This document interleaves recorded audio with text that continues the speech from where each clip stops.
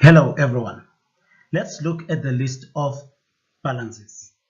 As already mentioned, the financial effect of the transaction and events are recognized in the accounting records or accounts of an entity in accordance with the double entry system.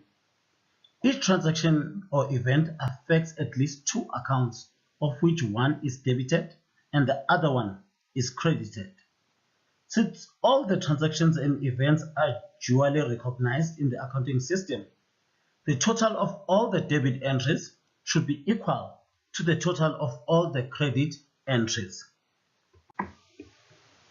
Furthermore, the balance of an account represents a summary of the net effect of the transactions and events on the account, and therefore it also follows that the total of all debit balances should agree with the total of all credit balances.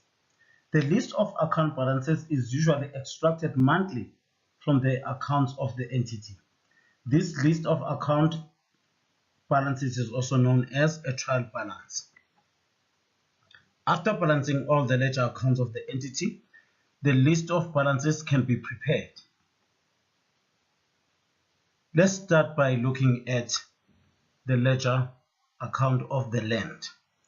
Land account has a debit balance of 200,000. That 200,000 is transferred directly to the list of balances or our trial balance. By looking at our trial balance, you'll see that you also have a replica transaction where the land account has a debit balance of 200,000 rands as per the ledger account.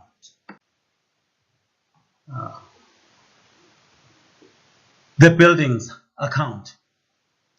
The buildings account has a balance of 1 million rands on the debit side, so as the furniture account. So what we'll do is we just take the balances as they are and transfer them to the list of balances. If you look at the list of balances, the buildings also have a 1 million rands and furniture and equipment also have 225,000 as done in the ledger account. The next one, we look at inventories. Inventories is another asset account. It has a debit balance, so you just transfer that amount to the list of balances also on the debit balance as it is in the ledger account. The next account is the bank account. If you clearly look at that bank account, it has a debit balance of 1,575,000. That balance at the end of the period is transferred to the list of balances. If you look into the debit side of the list of balances, bank account has that 1,575,000. The next one is capital.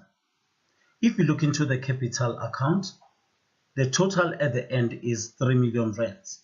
That 3 million is on the credit side, and that total will be transferred to the list of balances on the credit side also. If you clearly look at that one, you'll see that the capital account has a 3 million balance. The next one is payable K. Now this is a different situation. Payable K has both debit entry and a credit entry. Both entries are 225,000. So what happened here is payable K was de-recognized because they paid whatever that they were owed in full. So the entity has settled the liability. So if both sides are equal, we have 225,000 on the debit side and 225,000 on the credit side. Clearly that means 225,000 minus 225,000, which gives us a 0. If you look into the list of account balances, you'll see that payable K, we owe them nothing. The balance is 0 there. Lastly, we look at payable L. Payable L has a credit balance of 20,000, which means the entity still owes them 20,000. And that 20,000 is on the credit side. And if you look into the list of account balances, you'll see that the 20,000 is on the credit side. Now, since we are done with all our ledger accounts, what we do is we need to total up. We need to remember that the double entry rule stated that the assets, expenses, drawings have debit balances and that the liabilities, capital and income have credit balances. Take note that the total of the debit balances is equal to the total of the credit balances. This is as a result of the recognition of transactions and events in accordance with the double entry system.